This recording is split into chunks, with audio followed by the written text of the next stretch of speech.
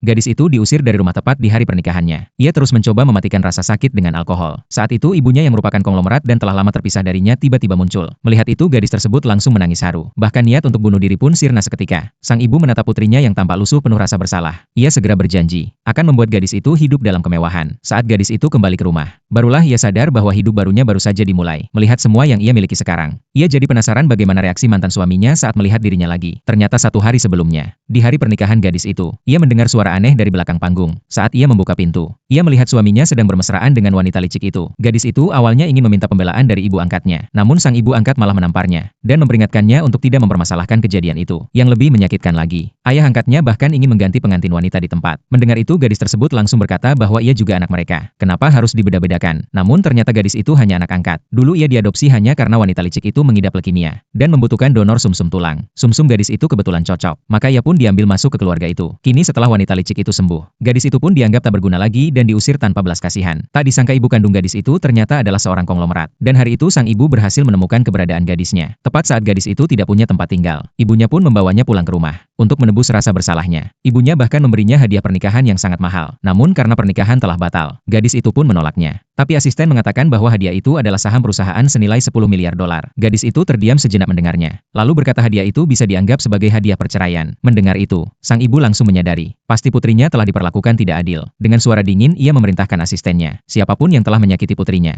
harus segera disingkirkan dari New York. Namun gadis itu segera menghentikan asistennya. Ia mengatakan ingin membalaskan dendam itu sendiri. Sang ibu langsung memujinya karena memiliki prinsip sendiri. Di sisi lain, orang tua angkat gadis itu mendengar bahwa ia akan menghadiri sebuah pesta. Mereka pun segera menggunakan koneksi untuk mendapatkan undangan, berharap bisa menjalin hubungan dengan putri konglomerat. Tanpa mereka tahu, putri konglomerat yang mereka anggap tak terjangkau adalah gadis yang baru saja mereka usir dari rumah. Saat itu karena mendadak jadi kaya raya, gadis itu memutuskan untuk sedikit berfoya-foya. Ia langsung memesan 3 tusuk sosis bakar pedas. Tak disangka pemilik warung sampai gemetar dan menumpahkan 1 sendok penuh cabai. Melihat itu gadis tersebut langsung menoleh marah dan membentak para pengawal, bahkan mengancam mereka dengan kata-kata tajam. Para pengawal yang ketakutan pun segera pergi. Setelah itu gadis tersebut membawa sosis pedas itu kembali ke kantornya. Tak disangka saat masuk kantor, ia langsung bertemu dengan mantan mertuanya dan sahabat perempuannya.